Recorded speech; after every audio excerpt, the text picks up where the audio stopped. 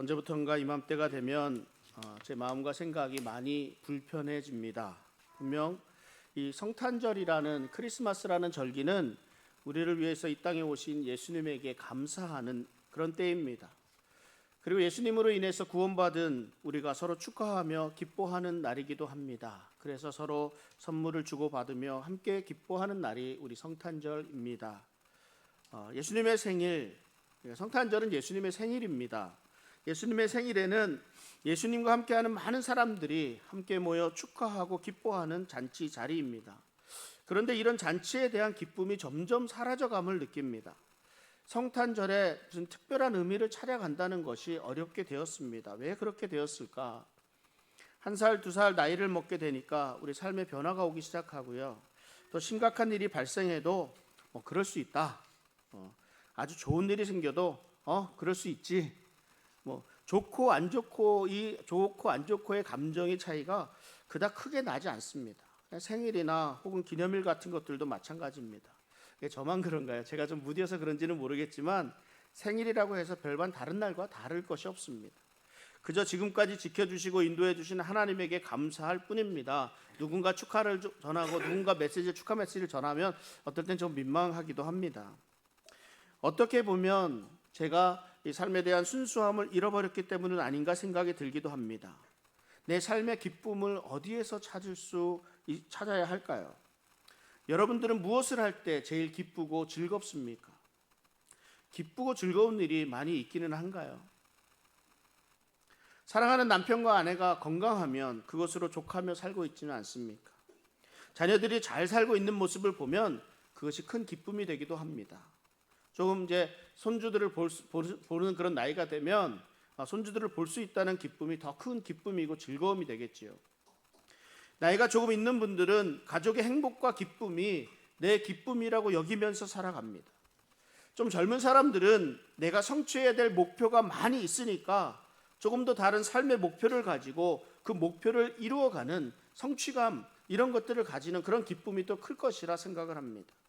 그러나 이 모든 것보다 더 앞서는 기쁨은 믿음을 가진 사람으로 예수님과 동행하는 기쁨을 누리는 것입니다. 예수님과 함께 하니까 조금은 힘든 일, 조금은 두려운 일이 있어도 염려와 걱정이 없습니다. 예수님이 풀어가시는 과정에 함께하며 힘을 내기도 하고 인내하기도 합니다. 예수님과 함께하는 삶을 살다 보니까 매사에 부정적인 사람이 되지 않고 긍정적인 사람이 됩니다. 긍정적인 사람이라고 해서 그 사람에게 무엇이든 잘 될 것이라 생각하지는 않습니다. 우리 삶에는 힘든 때도 있고 어려운 때도 있습니다. 내 능력을 넘어서는 때도 있습니다. 일이 형통할 때도 있고 장애를 만날 때도 있습니다. 그럼에도 불구하고 나아갈 길을 열어주시는 우리 주님이 함께 하시니까 염려하지 않는다는 그런 말입니다. 저는 목회자이기 이전에 예수님을 믿는 한 사람으로 예수님과 함께 사는 삶을 통해서 참 기쁨과 평안함에 머무르고 싶어하는 그런 사람 중에 하나입니다. 저 혼자만을 생각하게 되면 그렇게 힘들 것 같지만은 않습니다. 그런데 목회자로 서게 되다 보니까 목회자에게 주어진 사명을 생각하지 않을 수가 없습니다. 사도 바울이 에베소 교회 장로들에게 이렇게 권면하는데요. 사도행전 20장 28절을 보면 여러분은 자기를 위하여 또는 온 양떼를 위하여 삼가라. 성령이 그들 가운데 여러분을 감독자로 삼고 하나님이 자기 피로 사신 교회를 보살피게 하셨느니라. 교회의 감독자로서 주어진 사명을 위할 때 어떻게 성도의 본이 되어야 하는가, 이런 문제에 대해서 많이 생각하게 하십니다. 바울은 예수님과 은혜의 말씀에 이 모든 것을 부탁합니다. 예수님과의 온전한 만남, 예수님과의 동행이 사역자로 교회의 감독자로 부르신 이의 뜻에 온전히 따라가는 것이라 말씀을 합니다. 오늘 우리가 함께 읽은 본문이 우리가 잘 알려진 마리아의 찬가라는 본문입니다. 마리아의 찬가. 마리아의 찬가라고 일컬어지는 이 본문은 누가복음 전체를 이해하는 그런 마음, 이해하는 것으로 이게 알아볼 수 있습니다. 이 누가복음에서는 우리 사람들이 가지고 있는 안전, 그리고 자기 만족, 이런 것을 예수님이 선포하는 복음에 도전을 받는다라고 단언히 선언합니다. 이게 무슨 말인가요? 사회에서 권세 있고 부유한 사람들과 자신들을 정당화하려는 사람들, 이 사람들은 예수님을 거부한다는 말입니다. 그래서 결국 이들은 흩어지고 낮아져서 하나님의 백성에게서 단절된다고 합니다. 반대로 무가치하고 비천하고 소외된 사람들, 심지어 하나님에게 버려졌다고 생각하는 사람들, 이런 사람들이 오히려 하나님이 용납하실 것이라 이렇게 말씀합니다. 이들이 높임을 받고 회복된 하나님 나라의 백성의 일부가 된다는 것이 이 누가복음에서 말씀하고 있는 내용입니다. 누가복음 전체의 흐름에서 부자와 가난한 자가 대조되어 사용되고 있습니다. 부자는 이미 사회에서 그들의 위로를 누림으로 하나님의 위로가 필요치 않은 사람들을 대표하고 있습니다. 그러므로 그들은 예수님을 거부할 수밖에 없지요. 그런데 반면에 가난한 자들은 우리 사람의 기준에서 거부된 사람들, 모든 사람들에게서 조금 부족한 사람들을 대변하지만 이들은 예수님을 영접합니다. 각종 장애인들이고 유대인의 정결법에 따라서 하나님의 백성이 될 수 없는 사람들일지라도 또한 성적인 편견 때문에 열등한 위치에 있을 수밖에 없었던 여인들, 그리고 그 죄인들, 세리들이 다 포함되어 있습니다. 누가복음에서 마리아의 모습은 하나님이 가난함과 인간의 그런 조건의 무력함을 역전시키는 방법을 상징하는데요. 역전의 인생을 만들어 가시는 하나님의 놀라운 은혜를 이 누가복음 시작을 하면서 우리에게 말씀해 주시고 있습니다. 마리아의 찬가를 네 부분으로 나눌 수 있습니다. 먼저 하나님의 은혜에 감사하고 찬양을 하는 마리아의 모습을 봅니다. 46절부터 48절까지를 다시 한번 읽어보도록 하겠습니다. 마리아가 이르되 내 영혼이 주를 찬양하며 내 마음이 하나님 내 구주를 기뻐하였음은 그의 여종의 비천함을 돌보셨습니다. 보라 이제후로는 만세의 나를 복이 있다 일컬으리로다. 마리아는 하나님께서 비천한 자신을 돌보셨다고 하나님을 찬양합니다. 이 고백은 당신은 나사렛 목수의 정혼자에 지나지 않는 자신의 비천함을 인식하는 말임과 동시에 자신을 온 인류를 구원하실 메시아의 어머니가 되게 하신 하나님의 은혜에 대한 이 마리아의 감사의 고백입니다. 비천하다는 말이 무엇이에요? 낮다라는 말 아닙니까? 낮다, 가난하다, 압박받는다, 겸손하다, 이 낮은 마음의 자리를 비천하다라고 표현을 합니다. 하나님은 이런 낮은 자를 사용하셔서 하나님의 큰 구원 사역을 이루어 가십니다. 이제 12월 셋째 주일입니다. 앞으로 이제 2주가 지나게 되면 2024년도가 지나가게 됩니다. 한 해를 정리하면서, 지나온 시절들을 돌아보면서 내게 허락하신 하나님의 은혜가 얼마나 큰지 감사하는 성도님들이 되시기를 바랍니다. 나에게 허락하신 모든 것들, 건강과 물질과 직업과 사랑하는 가족들, 만남들 이외에 나를 통해 하나님의 일을 감당하게 하신 모든 일들에 감사를 드립니다. 우리 교회의 각종 직분과 사역을 통해서 열매를 거두도록 하신 하나님의 은혜에 감사해야 됩니다. 그런데 어떻게 감사를 할까요? 마리아는 감사의 서두를 이렇게 열어갑니다. 내 영혼이 주를 찬양하며 내 마음이 하나님 내 구주를 기뻐하였으며. 영혼과 마음으로 하나님을 찬양합니다. 우리의 생각을 지배하고 있는 것이 무엇입니까? 우리 마음에 가득 차 있는 것이 무엇입니까? 내 안에 있는 모든 것으로 하나님을 찬양하고 하나님을 기뻐합니다. 그래야 우리가 영과 진리로 진정으로 드리는 예배, 내 모든 것으로 드리는 찬양이 됩니다. 우리가 영혼과 마음으로 찬양한다는 것은 전 인격적으로 찬양한다는 것을 말합니다. 우리 다음 주일에는 성탄 기념주일로 드립니다. 성탄을 기다리며 성탄을 준비하며 우리는 우리의 모든 초점을 예수님의 오심에 두어야 합니다. 그래서 예수님의 사랑을 함께 나누고 그 사랑을 전하는 것이 우리들이 할 일이기도 합니다. 온 인류의 구주로 오시는 예수님을 기뻐하는 이 마리아의 마음에는 온통 하나님을 찬양하는 마음으로 가득해 있습니다. 어떤 하나님을 찬양합니까? 두 번째 부분인데 전능하신 하나님의 은혜를 찬양합니다. 49절 50절에 이렇게 말씀합니다. 능하신 이가 큰 일을 내게 행하셨으니 그 이름이 거룩하시며 긍휼하심이 두려워하는 자에게 대대로 이르는도다. 엘샤다이죠. 전능하신 하나님.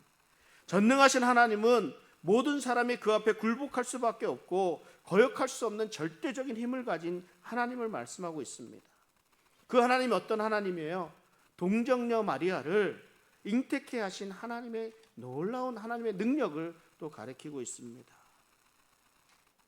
저는 간혹 이 찬양 듣기를 좋아합니다. 전능하신 나의 주 하나님은 능치 못하실 일 전혀 없네. 우리의 모든 간구도, 우리의 모든 생각도, 우리의 모든 꿈과 모든 소망도, 신실하신 나의 주 하나님은 우리의 모든 괴로움 바꿀 수 있네. 불가능한 일 행하시고 죽은 자를 일으키시니 그를 이길 자 아무도 없네. 주의 말씀 의지하여 깊은 곳에 금을 던져 오늘 그가 놀라운 일을 이루시는 것을 보라. 주의 말씀 의지하여 믿음으로 금을 던져 믿는 자에겐 능치 못함 없네. 제가 이 찬송을 항상 듣는 것으로 만족하며 살고 있는데 이 찬양을 부르는 것만으로도 얼마나 큰 힘이 되는지 모릅니다. 마리아는 전능하신 하나님을 찬양합니다. 그런데 그 가운데 두 가지 특별하게 하나님의 속성을, 전능하신 속성을 찬양합니다. 첫 번째로 전능하신 하나님이 거룩하신 분이라는 것을 찬양합니다. 이 거룩이라는 말이요, 분리되어 있다는 말입니다. 또 떨어져 있다는 말입니다. 높임을 받는다는 뜻을 가지고 있습니다. 이사야 선지자는 하나님은 모든 피조물 위에 초월해 계시는 분이며 흠이 없으신 분으로 영원히 거룩하신 분이라 이렇게 고백합니다. 마리아가 이런 거룩한 분이 비천한 자신의 몸을 통해 온 인류를 구원할 메시아를 잉태하게 하심에 감사하고 찬양하고 있습니다. 여러분, 오늘날 우리들이 하나님을 너무 쉽게 생각하지는 않는지요? 그러나 구약시대에는요, 우리가 하나님을 감히 쳐다보지도 못하는 그런 존재였습니다. 하나님의 이름을 부르지도 못하고 그냥 아도나이라는 글자로 대신했습니다. 사실은 아도나이라는 이 히브리 글자도요, 모음이 없는 거예요. 모음이 없으니까 그냥 자음만으로 되어 있는 정확한 이름을 사실 잘 모르는 거죠. 근데 어떡합니까? 우리가 감히 부를 수 없는 것이 없기 때문에 이 음가가 없는데 여기에 성경을 우리가 읽어야 되니까 거기에 모음을 붙여서 그냥 아도나이다 이렇게 부르는 거죠. 이 정도로 구별되신 분이 하나님이십니다. 이렇게 성소와 지성소로 나뉘어 있었던 하나님과의 관계가 예수님이 오심으로 말미암아, 예수님의 보혈로 말미암아 성소와 지성소로 나뉘었던 휘장이 갈라지고 우리가 담대히 하나님의 은혜의 보좌 앞에 나아갈 수 있게 되었습니다. 지금 우리가 언제든지 하나님을 부르고 하나님께 기도하고 하나님을 만날 수 있는 우리가 그런 존재가 되었다는 말입니다. 예수님의 보혈로 말미암아 거룩하신 하나님을 우리가 자유롭게 부르고 그분의 음성을 사모할 수 있게 된 것, 이것이 하나님의 은혜입니다. 오늘도 우리 거룩하신 하나님이 우리 한 사람 한 사람을 들어 하나님의 일에 사용하신다는 것을 생각하고 감사하고 그 하나님을 찬양할 수 있는 우리 성도님들 되시기를 바랍니다. 또한 이 전능하신 하나님이요, 긍휼하신 하나님이십니다. 긍휼이라는 말은 하나님의 자비, 하나님의 사랑, 하나님의 은혜를 말합니다. 이 긍휼이 두려워하는 자에게 임한다 이렇게 말씀합니다. 두려워하는 자들은 누구를 가리킵니까? 두려워하는 자들은 하나님의 권능, 하나님의 위대하심을 인식하고 하나님을 중심으로 경외하는 사람들을 말합니다. 하나님을 경외하는 거예요. 두려운 마음으로. 그러므로 우리가 하나님의 긍휼을 덧입기 위해서는 하나님 우리를 불쌍히 여겨 주시옵소서 하는 이 마음 자세가 우리에게 필요합니다. 전능하신 하나님, 엘샤다이의 하나님이 우리의 하나님 되심을 감사하고 찬양합니다. 이 전능하신 하나님의 능력과 긍휼, 그 인자하심이 하나님을 두려워하는 모든 자들에게 영원까지 함께 하십니다. 그러므로 우리는 이 전능하신 하나님, 긍휼을 베푸시는 하나님의 은혜를 찬양해야 합니다. 그래서 시편 기자는 시편 150편 6절에 호흡이 있는 자마다 여호와를 찬양할지어다 할렐루야 고백합니다. 호흡이 있는 자마다.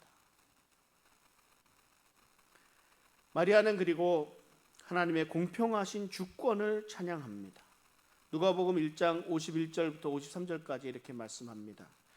그의 팔로 힘을 보이사 마음의 생각이 교만한 자들을 흩으셨고 권세 있는 자를 그 위에서 내리치셨으며 비천한 자를 높이셨고 줄이는 자를 좋은 곳으로 배불리셨으며 부자는 빈손으로 보내셨도다. 그의 팔이라는 것은 하나님의 전능하신 팔을 의미합니다. 하나님의 절대적인 능력을 말합니다. 하나님의 능력으로 무슨 일들을 행하셨는가, 이것을 마리아가 지금 찬양하고 있습니다. 도덕적으로 교만한 자를 흩으셨다고 말씀합니다. 교만한 자는 어떤 사람을 말합니까? 앞에서 얘기한 두려운 마음을 가진 자, 두려워하는 자와는 반대되는 말입니다. 하나님을 대적하는 사람들에 대한 사용되는 말입니다. 흩으신다는 말은 하나님의 심판과 관련되어 있습니다. 하나님께서 하나님의 심판 때에 그 사람들을 흩으셨거든요. 바벨탑 사건에서 그 사람들을 흩으셨거든요. 이스라엘이 불순종하니까 이스라엘 사람들을 온 지면에 흩으셨거든요. 하나님의 심판을 상징합니다. 그러므로 하나님께서 자신을 대적하는 불의한 자들을 심판하시는다, 이런 말로 해석합니다. 잠깐 앞에서도 언급했지만 우리의 마음이 무엇입니까? 마음은 사람의 욕구와 사람의 정서, 사람의 사상, 사람의 행동, 이 모든 것들의 근원이 이 마음에서부터 비롯됩니다. 그러므로 이 마음의 생각이 교만한 자는 전인격적으로 하나님을 대적하는 사람이라 할 수 있습니다. 하나님을 대적한다는 것을 우리는 굉장한 일로 생각을 합니다. 하나님이 하시는 일을 반대하는 것만을 가리키는 것은 아닙니다. 내 안에서, 나의 삶에서, 내가 살아가는 모든 것에서 하나님과는 관계없이 살아가는 삶, 이것이 하나님을 대적하는 삶 아니겠습니까? 왜냐하면 하나님 없이 살아간다는 것은 하나님의 존재를 부인하는 것과 마찬가지이기 때문에 그렇습니다. 하나님을 우리 교회 안에서만의 하나님, 하나님의 성경 안에서 불러지는 그런 하나님으로만 제한하고 있으니까 이것이 내 삶에서는 아무런 영향을 끼치지 못하고 내가 결정하고 내가 판단하고 내가 무엇인가를 행하고자 할 때 하나님과는 전혀 상관없이 오직 내 생각대로만 행하게 되니까 이것은 하나님을 대적하는 것과 다름이 없다는 말이죠. 하나님은 죽은 하나님이 아니십니다. 하나님은 살아계신 하나님이십니다. 하나님은 우리의 마음의 생각이 교만한 자, 곧 하나님은 죽었다 하는 자, 하나님은 죽은 것처럼 생각하는 자들을 흩으시겠다 말씀하십니다. 지금은 비록 그들이 흥하는 것 같지만 결국은 하나님이 심판하십니다. 사회적 지위 면에서는요, 권세 있는 자를 내리치시고 비천한 자를 높이십니다. 이 무조건 권세 있는 자가 나쁘고 비천한 자가 선한 것, 이것은 아닙니다. 이렇다는 말은 아니고 권세와 부, 이것 또한 하나님께서 주신 축복의 하나입니다. 그러나 여기에서 이 권세 있는 자는 그의 권세가 하나님으로부터 나온 것임을 깨닫지 못하고 그 권세로 인해서 교만하게 행함으로 하나님의 뜻을 거스르는 죄악을 범한 자들을 가리키는 거예요. 하나님께서 주신 그런 권세로 하나님의 뜻대로 살아야 되는데 그렇지 못했다는 거죠. 그러니까 비천한 사람들은 어떤 사람들입니까? 비천하니까, 부족하니까 하나님 앞에서 겸손하게 복종합니다. 하나님의 뜻에 절대적으로 순종하는 자들을 가리킵니다. 교만하고 강한 자를 낮추시고 겸손하고 비천한 자를 높이시는 하나님이심을 고백합니다. 여러분, 고린도전서 1장 26절부터 28절에는 바울이 이렇게 말씀합니다. 형제들아, 너희를 부르심을 보라. 육체를 따라 지혜로운 자가 많지 아니하며 능한 자가 많지 아니하며 문벌 좋은 자가 많지 아니하도다. 그러나 하나님께서 세상에 미련한 것들을 택하사 지혜 있는 자들을 부끄럽게 하려 하시고 세상에 약한 것들을 택하사 강한 것들을 부끄럽게 하려 하시며 하나님께서 세상에 천한 것들과 멸시받는 것들과 없는 것들을 택하사 있는 것들을 폐하려 하시나니. 우리 사람들에게는 누구나 이 권력욕이라는 것이 있습니다. 언젠가 저 한인회장 선거를 이렇게 보게 됐습니다. 한인회장 선거를 하는데 모두가 참 지금은 한인회장 선거를 해도 하실 분들이 안 계세요. 근데 얼마 전까지만 해도 막 누가 서로 하겠다고 막 이러셨거든요. 그런 것을 보면서 여러 가지 말들을 합니다. 이렇게 열심히 한인회장 되고 싶어서 막 이렇게 할까 생각해 보게 되는데요. 개인적인 이익 때문에 그럴 수도 있겠고 여러 가지 하고 싶은 일들도 있을 수 있겠습니다만 우리들의 밑바닥에 흐르는 좀 남들과는 다르다라는 그런 생각들, 그리고 내가 다른 사람들 좀 위에 위치하고 싶어하는, 다스리고 싶어하는 이런 생각들, 이런 욕구들이 있는 것 같습니다. 우리 마음에. 모세의 장인을 통해서 모세의 때에 시행된 10부장 100부장 제도는요, 일을 하기 위한 제도이지 사람의 높고 낮음을 위한 제도가 아니었습니다. 왜 10부장을 세고 왜 100부장을 세웠을까요? 모세 혼자 일을 감당하기가 어렵기 때문에 그랬습니다. 그래서 이들만으로는 할 수 없으니까 10부장 100부장에게 그 일을 위임하고 이들이 감당할 수 없는 큰 일을 모세에게 가져오도록 했습니다. 우리 교회도 마찬가지입니다. 우리 교회에는 목사님과 장로님으로 구성된 당회가 있고 당회원과 또 안수집사 권사로 구성된 재직회가 있습니다. 또한 많은 분들이 교회 일에 참여할 수 있도록 서리집사를 세워서 재직회원으로 매년 설 수 있도록 임명합니다. 당회에서는 교회에 나아갈 바를 결정하게 되고 재직회에서는 이 일을 실행하게 됩니다. 권력욕에 대해서 말씀을 드리다 보니까 교회 조직의 이야기를 하게 됐습니다. 우리 교회의 직분은 교회의 각종 일을 감당하기 위함이지 권력이나 명예를 위한 직분이 아닙니다. 그러니까 하나님께서 맡겨주신 이 이름을 명심하고 나에게 주어진 위치에서 열심히 사역해야 할 것입니다. 이게 높고 낮음의 일의 기능 차원이지 사람의 높고 낮음으로 판단을 해서는 안 된다는 말씀을 드립니다. 결국은 우리가 생각하는 차원에서의 높고 낮음을 바꾸시는 하나님의 은혜를 찬양하는 이 모습을 봅니다.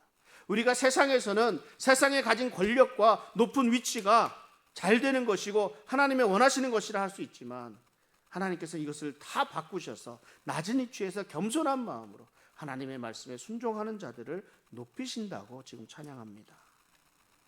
빈부의 면에서는 어떻게 말씀하는지 부자를 빈손으로 보내고 줄이는 자를 좋은 곳으로 먹이시는 분이시라고 찬양합니다.